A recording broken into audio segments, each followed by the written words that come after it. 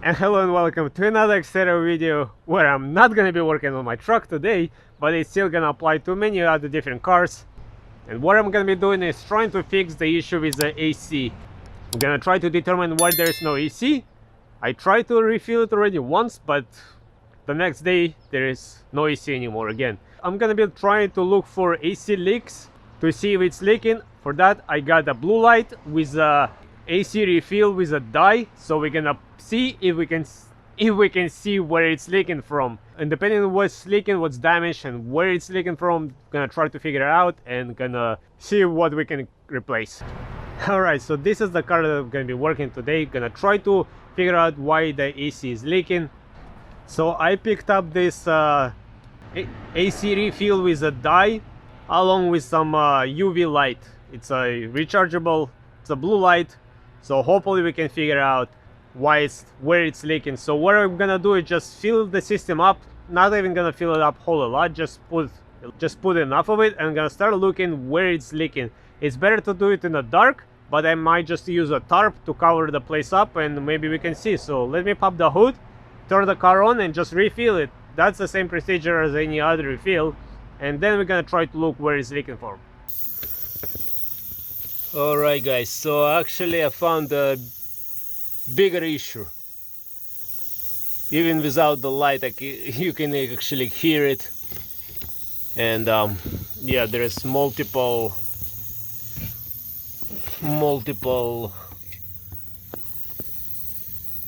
points of damage on this antifreeze, on this on the radiator for the condensate, and over there it just keeps pouring out.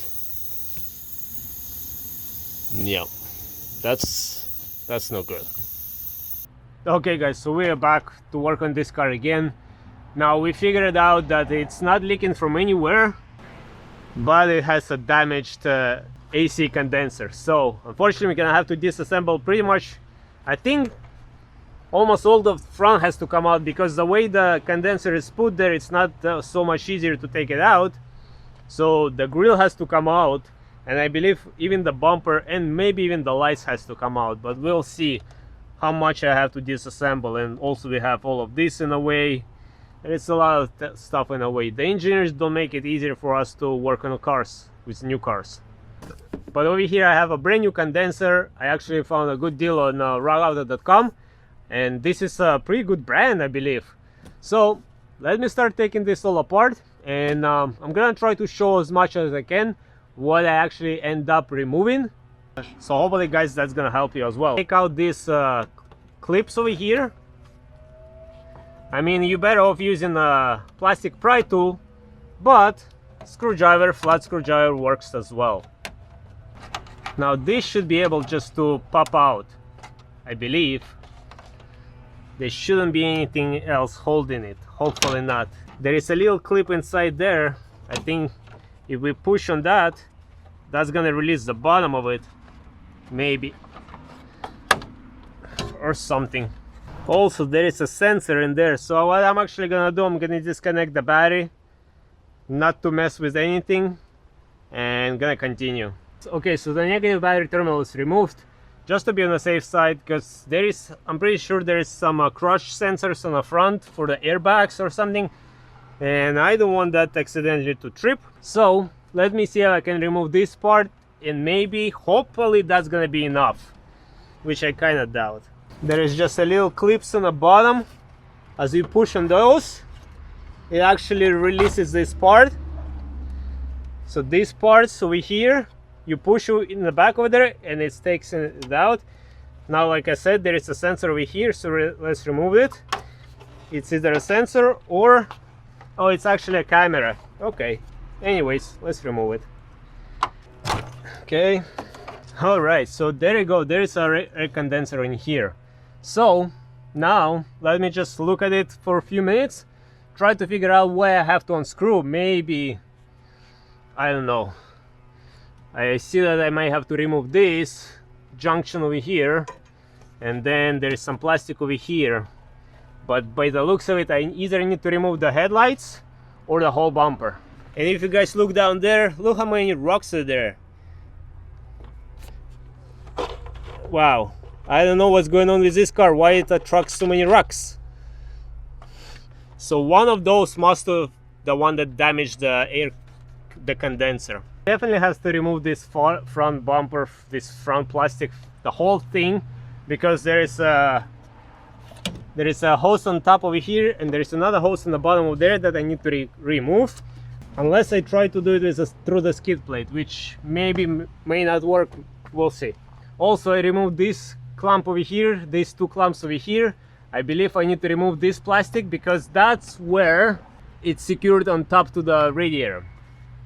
Great. So let's see what else I need to take out. So now I'm working, I need to remove all of these 1000 body clips which are dry and not really coming out. So once I remove them from here, then underneath there is more. So, and then there is also this like a hex key. It's not hex, I forgot what the actual name of this. I don't know why they would put this instead of just a Phillips screw. I mean, what is the point? I don't know, but anyways, that's besides the point. So I have to unbolt all of this in order to remove this plastic bumper. I removed 1000 body clips and bolts and screws. So after we remove these two clips over here, we have to carefully pull this out because there is a bolt, a 10mm bolt on both sides that we have to undo. And hopefully that's the last of it. Then of course we have lights over there connected, so gotta disconnect that. But now I think we can start trying to take out the bumper. I think over here it's only like being held by the clips, maybe, but I could be wrong as usual. But I think it's just a clip, so we have to just kind of try to carefully pry it out. There we go. Yeah. And then there is the lights over here, we just can't undo the lights. There we go.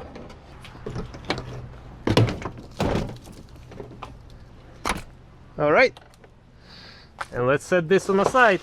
It's gonna be a lot of fun putting everything back together. Yep. And as you can see over here, it's all green. So it was leaking over here, and it was leaking over here. Not sure what that is. All right. Let's continue. And all of this seems to be for some reason clogged up. But now we need to remove this sensor, unbolt this line, and then there is another line up there. So I hope I don't have to take out the lights, but by the way things are looking, I might have to remove the lights as well. Before continuing further, I actually want to take out the new radiator condenser out, just to make sure I got the right one, and just to make sure it's not damaged before I continue disassembling anymore. But hopefully it's the right one, and hopefully it's undamaged. So, and hopefully it fits. Take this out. This is the front, this is the back, this is the front, this is the back. The two lines are going over here, that's where the sensor is going. So let me take a look. And yeah, that's where the sensor is at. So everything seems to be all right. And it also looks undamaged, looks nice. And by the looks of it, it just sits on the bottom. So as long as I can unscrew the top, I can pull it out, but I have to remove this. Definitely I have to remove this. So I need to remove this bolt. I believe I have to remove this plastic up somehow or something. But yeah, all right, let's continue. So now we have these two 13mm bolts. I'm gonna remove those. That way I can swing this whole thing out. I'm gonna have to disconnect the horn and the sensor over here, and probably this as well. We'll see, because I have this in the way, but I need to clear all this out so I can lift it out. So let's remove these two bolts. Alright, so now this is out of the way. Actually, I don't have to disconnect the wires. Now I still have this in the way. Maybe I can work something out with it. Maybe I can just remove this from here, and then can I remove it from somewhere else just to give me more room here. Okay, so this is out, and then I probably can just, yeah, I think I can work with this. We'll see. So now I gotta figure out how I'm gonna remove this plastic over here, guys, because that's where it's connected from the top, and of course there's a line connected over there. So I may have to remove the headlights.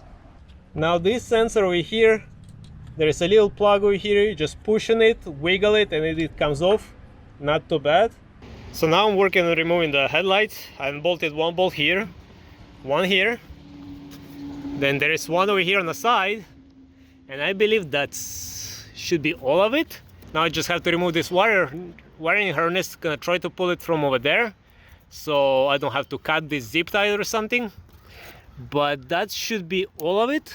What's holding it? Oh no, yes, there is another bolt all the way deep in there. It's very hard to get a camera angle in there, guys, but there is another one in there. Great. So have to remove that as well. Now to remove this without cutting this or anything, I was able to put a screwdriver in there. Just push it on one side, pull it down on one side, then push the screwdriver on the other side and pull it down and out, and pull it out, and that's it. This is good. So now I just have to get it to that stupid bolt all the way on top over there. Can kind of see it halfway. So let me show you guys how to remove this without breaking. So first, gonna push it on one side of the clip. There you go. Now push it on the other side of the clip, and there you go, it's out. So all we have to do is just push on this and this, and don't have to cut this. So now we can start taking the headlight out, and now we can disconnect all the wires. There is just a little plug over here, we can push on it and it should come out. There you go. Now these two plugs are a little bit harder, so what I did, I used this to clamp this pin over there, and then with the help of a screwdriver I was able to take him out. One,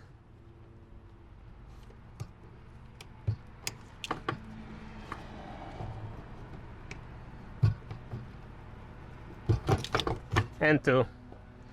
That's it. Now we can take this, put it on the side. Well, we got this far. Let's see what else we gotta take out to remove this condenser.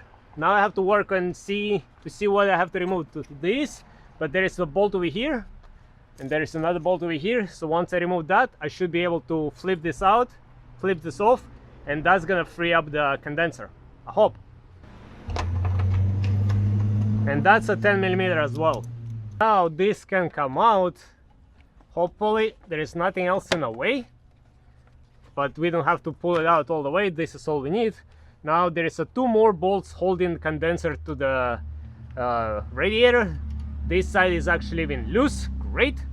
So now before I take that out, I'm gonna disconnect this line and a line down there, which are also 10mm.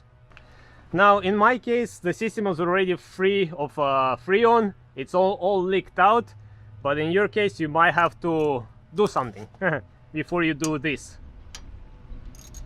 Okay, all right. And there is a seal over here, so gotta be careful, but the seal should be still good. So now the same for the bottom one. And carefully take this out, push it on the side, right? Now I'm gonna remove these two bolts, this one, and I believe that's it, guys. Now I can try to wiggle this out. Hopefully there should not be anything else holding it, so I should be able to take it out.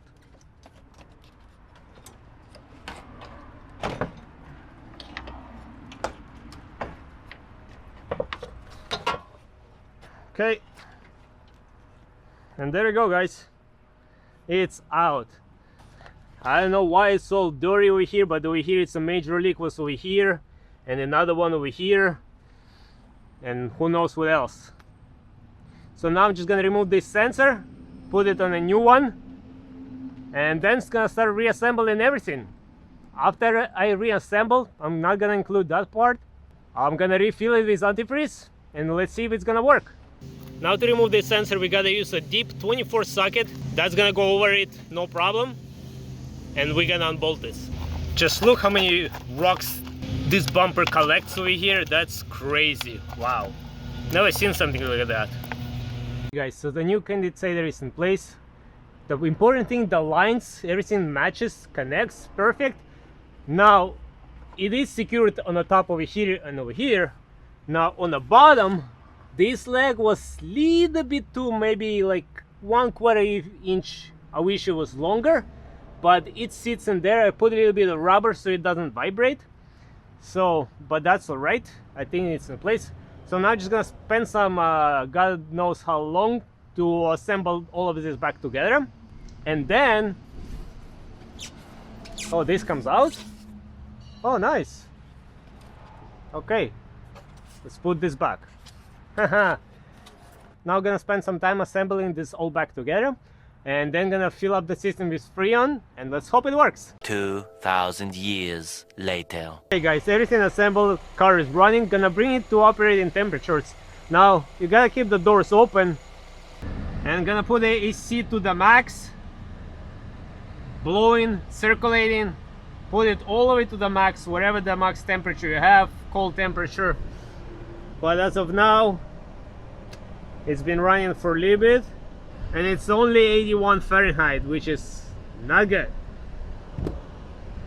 So, just to refill the system, I picked up a few of these canisters. They don't have any sealer in them or anything, because hopefully right now I don't need it. I still have left a little bit of this. Maybe in the end I'm gonna put this just to check again for any possible leaks, but hopefully nothing is gonna leak. Just make sure you use the right refrigerant for your car. Gotta check the manual, so make sure to shake it off real good. Now we're gonna find the low line. This is our high line, this is our low line. Gonna take this out, once again shake it. This connector is gonna go on a low line anyways only. Push it down.